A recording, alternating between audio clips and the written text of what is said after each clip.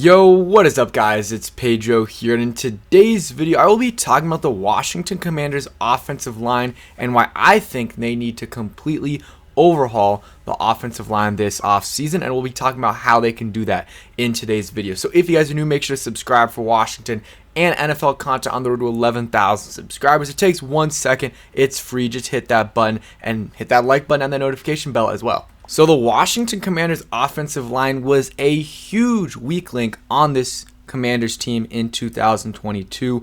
I mean, besides quarterback, they were probably the worst position group on the team. Probably them. And it's a part of the reason why the quarterbacks, perform poorly is because of the offensive line. A lot of that is on them themselves and, some of the coordinator as well. But it was, the offensive line definitely played a role in that, and Ron Rivera made a bunch of moves in the offseason to, he kind of messed with the line. Some of the moves I agreed with, some of them I didn't. I did not like them cutting Eric Flowers. I really did not like that, but, I liked them bringing in Trey Turner. That did not work out. I mean, Andrew Norwell was even worse. I think Trey Turner, honestly, the first part of the season when he was still kind of hurt, he played poorly. After that, he was okay. Andrew Norwell was not good. I think they should move on from him. And then, Charles Leno took a step back this year. In his first year, I would say he was an average to slightly above average tackle. This year, I would say he was a below average tackle, although he was dealing with a lot of injuries down the stretch, and he did play his worst down the stretch. So I'm going to talk about what they can do to fix this offensive line this year. I do think they need 2 new starters and either another guy that is in the mix to be a new starter, or just a young guy that can eventually be a new starter. I mean, this year, if we just look through the offensive line this past season, Leno was a little bit disappointing. Norwell was not great. Chase Roulier, back-to-back years with a major, knee/leg injury, not good. And he is a very good center, but those 2 injuries back-to-back really sucks, and who knows, in the future if he can be our center. Trey Turner was okay, below average to okay, and then Cosme, man, I don't know what happened. He started off the season, was okay for a little bit, then kind of went a little bit downhill for the next game or two, and then he got hurt early on, week 4, was out for a while, and then he came back and was kind of inactive for a couple games because of the injury, then was rotating with Lucas because Rivera said he didn't have full function in his all of his fingers. So I don't know if that was the case for the rest of the season, but I was very disappointed that Cosme wasn't at least playing inside more than he was, because you invested a 2nd-round pick in him. So let's talk about what I would do. So, I know a lot of people hate on Charles Leno. I mean, first of all, he's a great person and everything like that, but in terms of on the field, that doesn't matter. But still, you got to take that into account in terms of his, locker room presence. But he does have a very high salary cap, and if they release him, they save $8 million.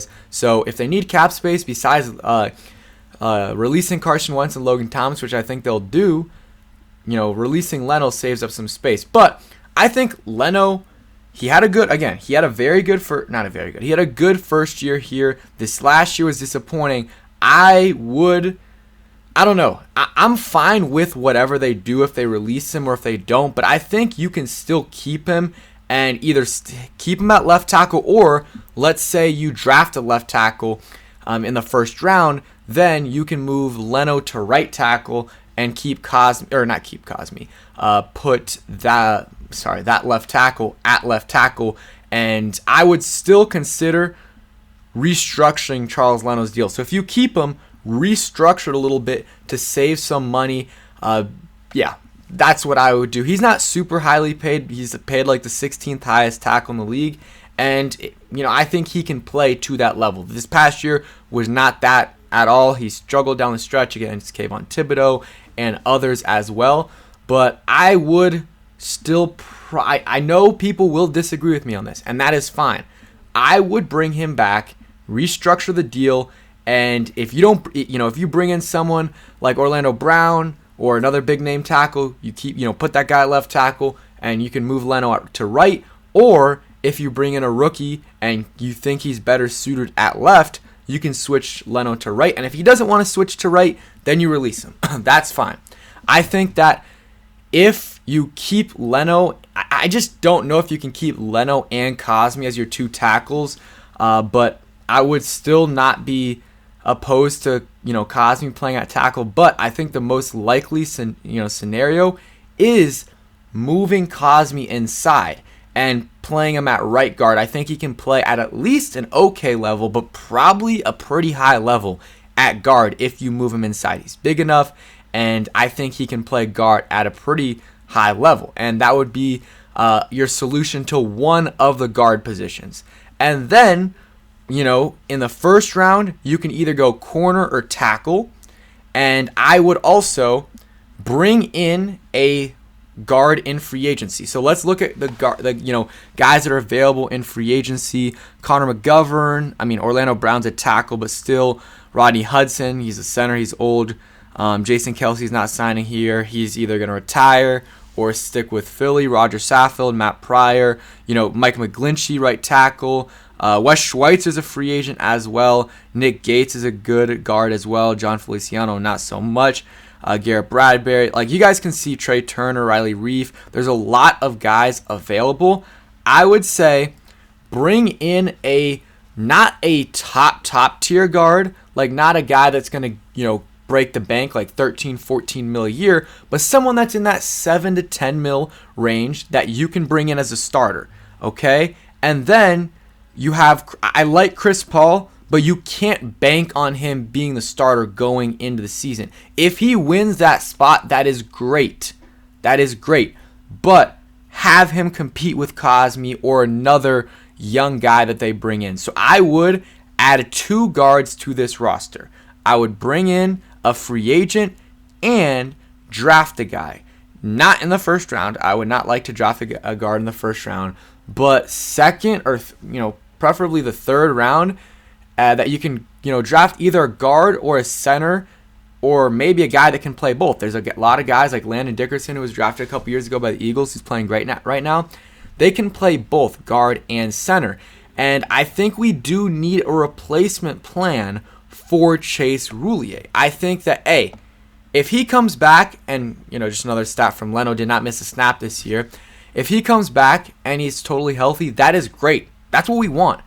But if he's not, or if he comes back and he's not the same player, or if he comes back and gets hurt again, we have to have a replacement plan in place. So I would say drafting a guy in the third round that, you can develop for a couple years would be a solid option. Or you can sign someone in free agency. But the center position has been a roller coaster the last couple years, and it really, really has hurt the Commanders. It really has.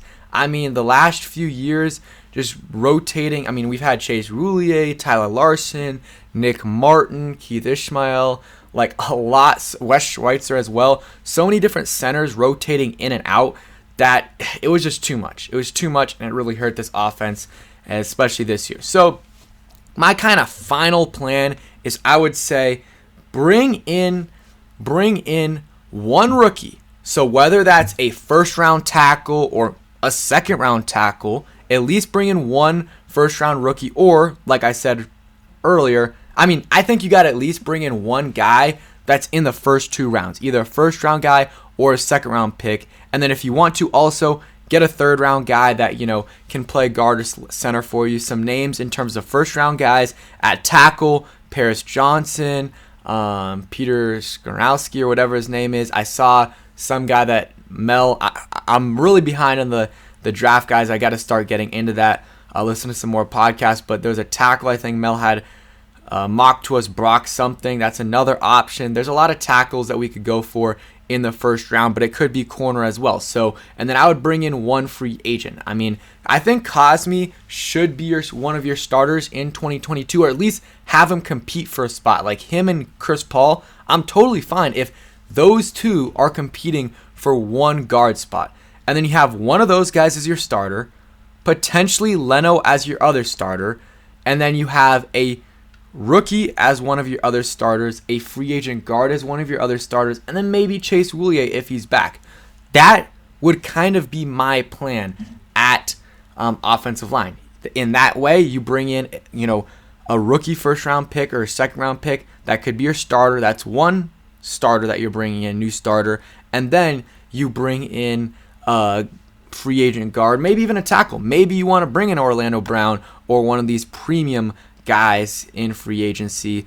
I'm trying to think of other guys. I mean, George Fant is solid, but he's not gonna, be crazy. And then, so yeah, you would have a new tackle potentially as a rookie, and that's a new starter, and then a guard in free agency. And who knows, they could even bring in 3 new starters depending on how they feel about Chase Roulier's injury. That's just something to keep in mind for sure. So that is it for today's video. I hope you guys did enjoy. If you did, hit that like button, subscribe if you guys are new, and peace. I will likely be having a stream tomorrow with Ed Oliver, so make sure you guys pull up for that. We'll definitely be promoting that soon. Peace, guys.